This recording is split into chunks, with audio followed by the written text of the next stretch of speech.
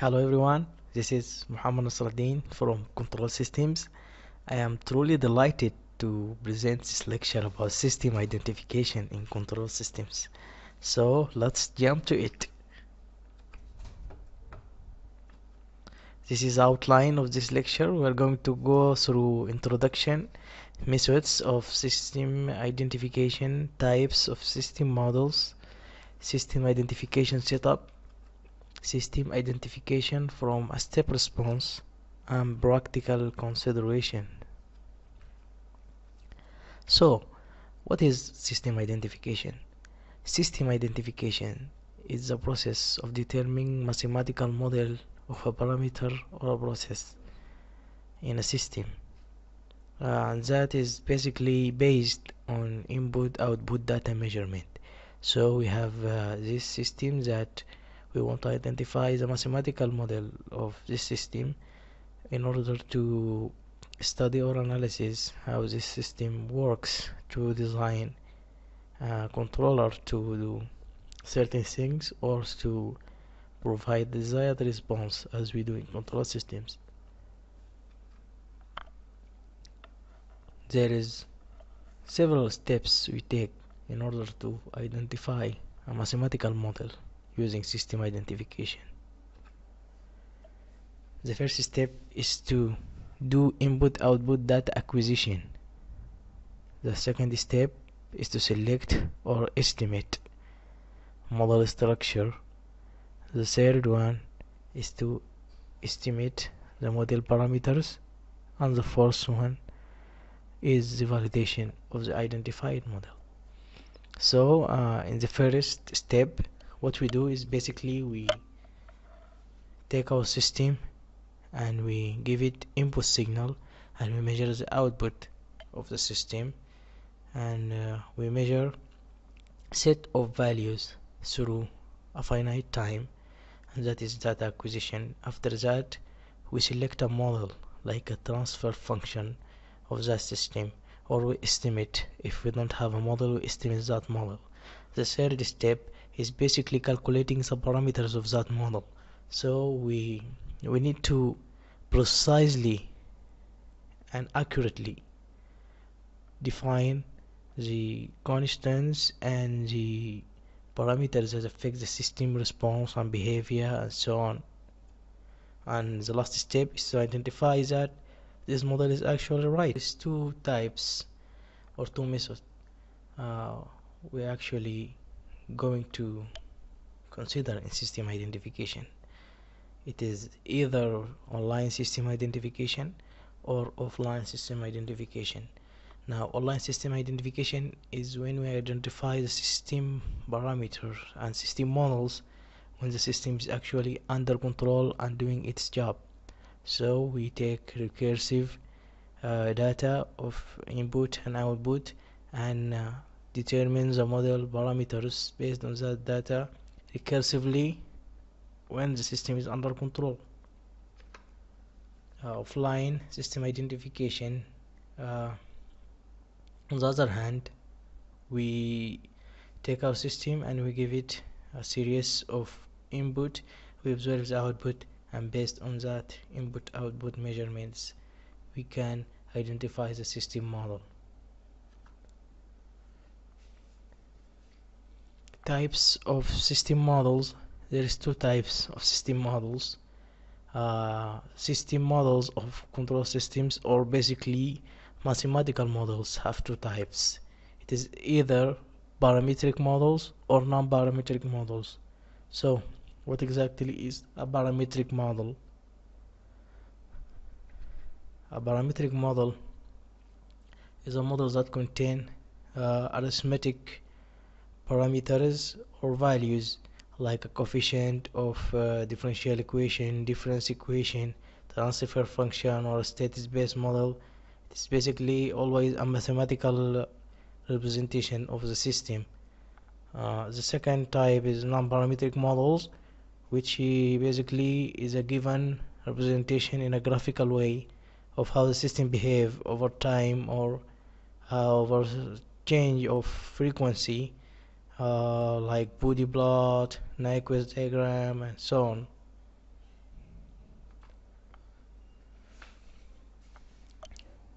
So enough theory.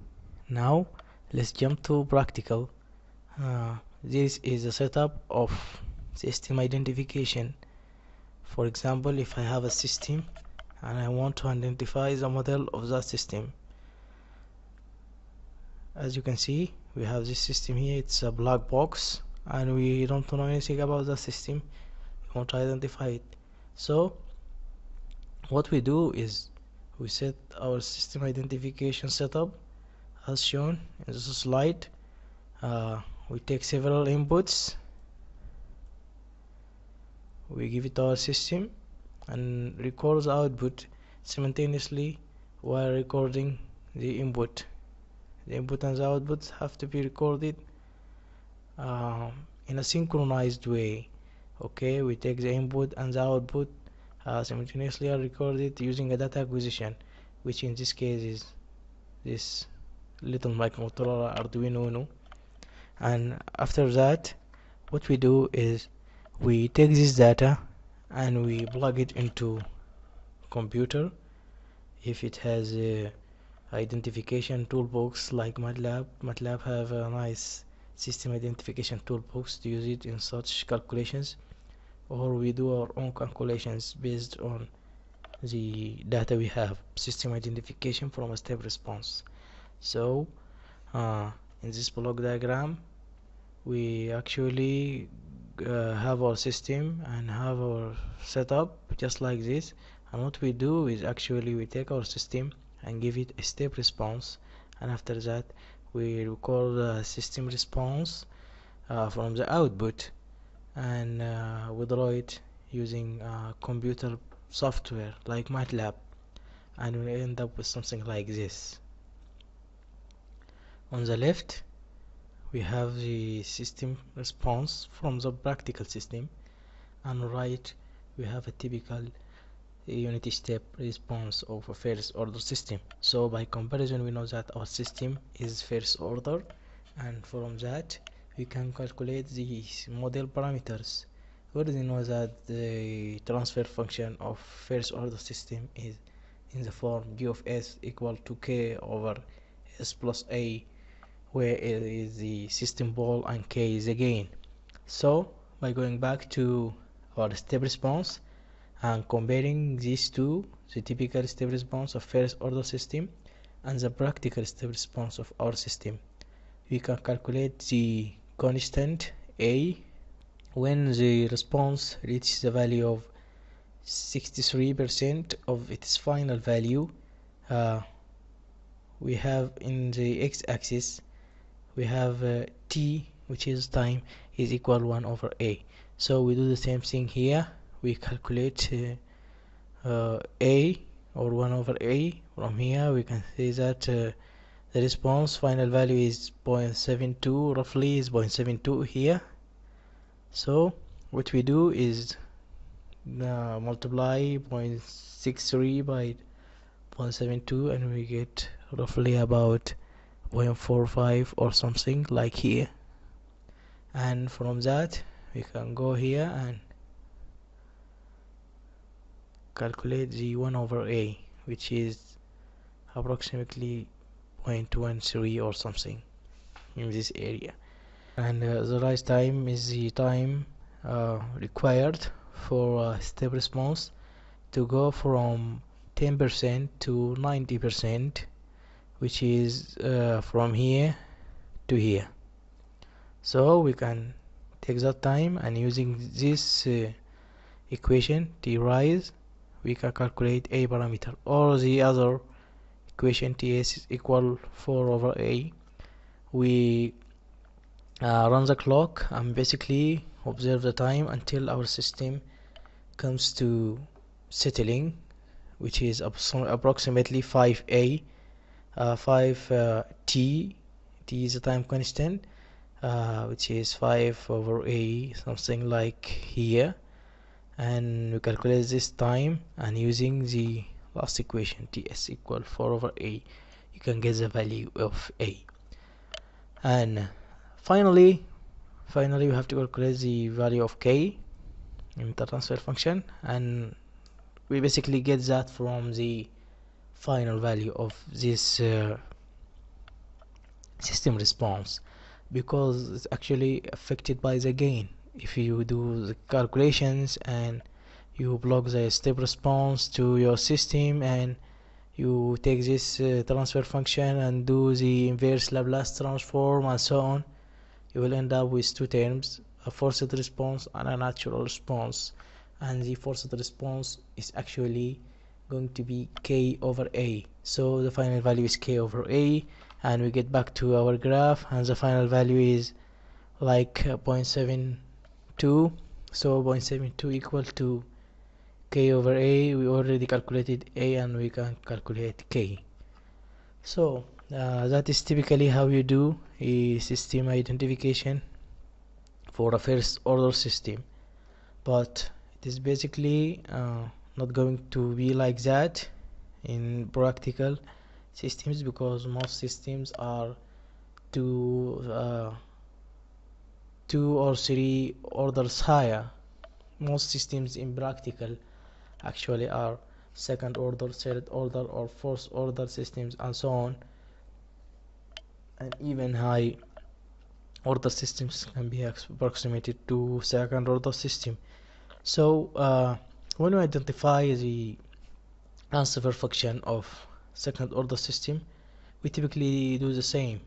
We can see in this slide there is this diagram.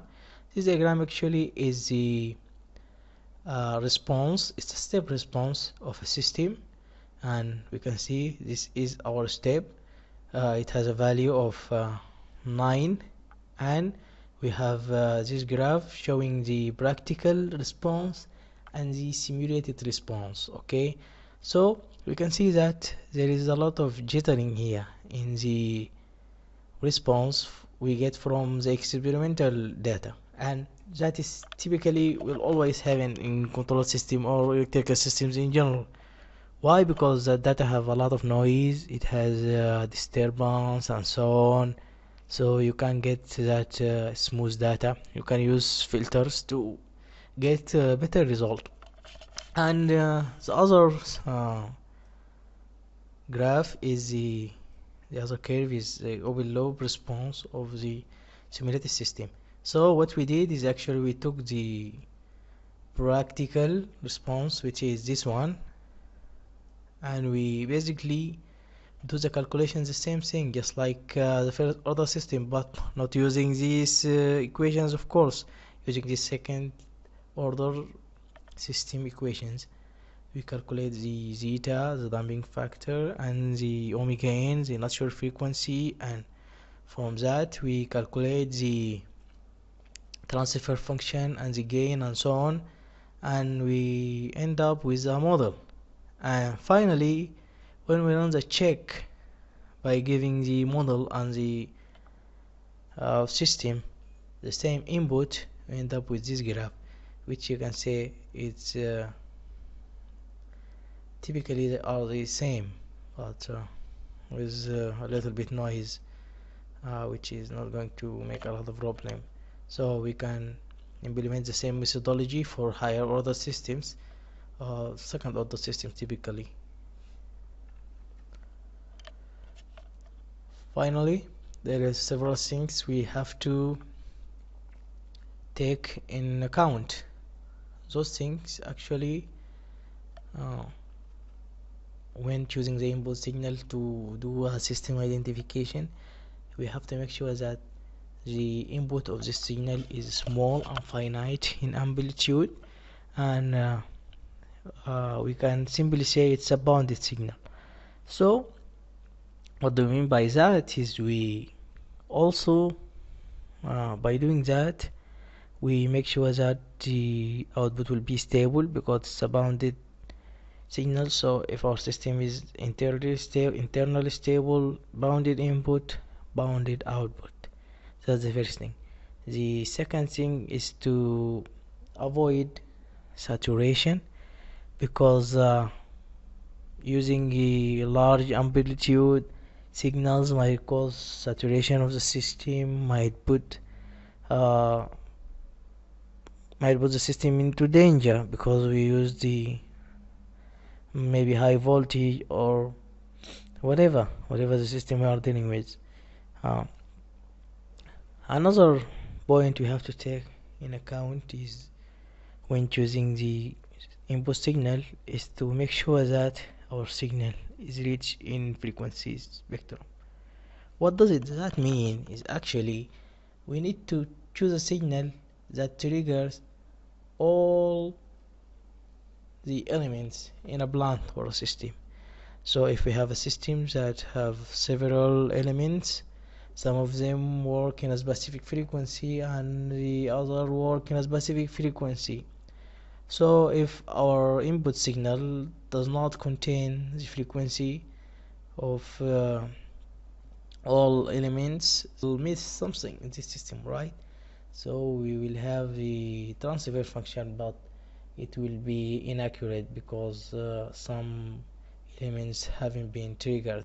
We had a slight difference between the experimental and the model.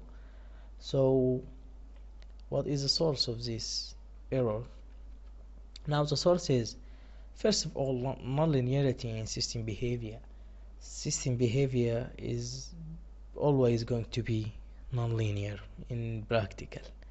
Okay, there is no such thing as linear control systems in practical. The other one is the disturbance is actually a source of error. Disturbance in the system output, disturbance in the measurements, and so on will affect the model accuracy. Finally, we have model parameters change. Model parameters of course change according to different factors, like temperature. For example, if we have resistive elements and the temperature rise, of course we are going to consider that this resistor are going to change according to temperature, right?